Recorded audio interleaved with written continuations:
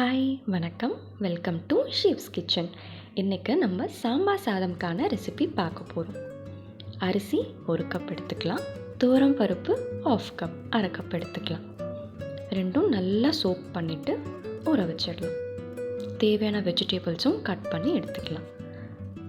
First 1/2 cup key எடுத்துக்கலாம், 2 cup oil எடுத்துக்கலாம். And பெரிய வெங்காயம் 2 எடுத்துகிட்டு கட் பண்ணிவிட்டு ஆயிலில் சேர்த்துக்கலாம். வெங்காயம் நமக்கு சீக்கிரம் வதங்கணும் அப்படின்னா அதில் நம்ம 1 டேபிள் ஸ்பூன் உப்பும் மஞ்சள் தூளும் ஆட் பண்ணிக்கலாம். பூண்டு 10 பல் ஆட் பண்ணிக்கலாம். நெக்ஸ்ட்டு நம்ம டொமேட்டோ ஆட் பண்ணிடலாம். தக்காளி 4 எடுத்துக்கலாம்.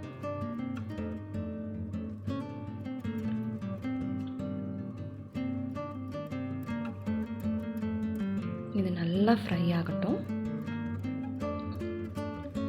நல்லா வதங்கினதுக்கப்புறமா நம்ம வெஜிடபிள்ஸ் ஆட் பண்ணிக்கலாம்.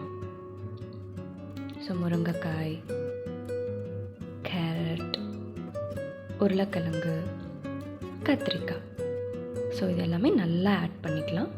ஆட் பண்ணிவிட்டு நல்லா வதங்கட்டும்.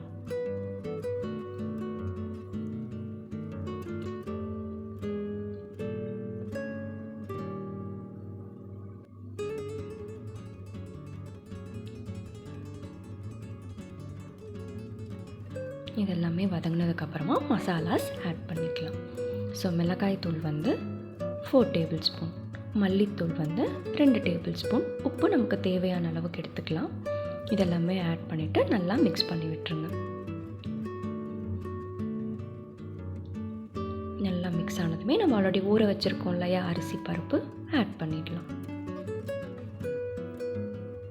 ஆட் பண்ணிவிட்டு நல்லா மிக்ஸ் பண்ணி விட்டுருங்க.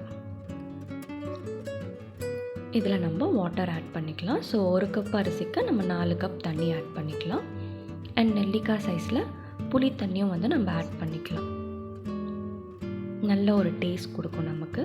தண்ணி நல்லா பாயில் ஆனதுக்கப்புறமா தான் நம்ம விசில் போட்டு குக்கரோட லிட் நம்ம க்ளோஸ் பண்ணுற மாதிரி இருக்கும். அதுக்கு முன்னாடி டேஸ்ட் எல்லாமே செக் பண்ணிக்கோங்க.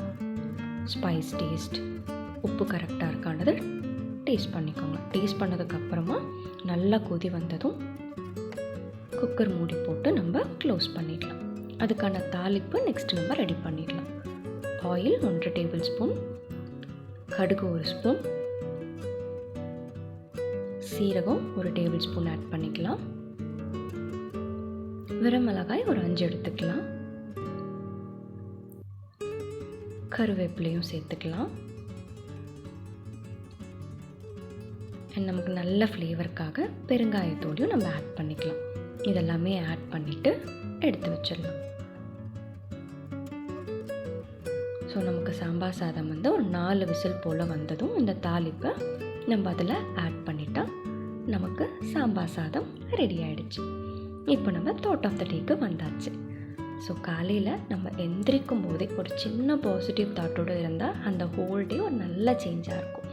ஸோ வீடியோ பிடிச்சிருக்கும் நம்புகிறேன். லைக் பண்ணுங்கள், ஷேர் பண்ணுங்கள், சப்ஸ்கிரைப் பண்ண மறந்துடாதீங்க.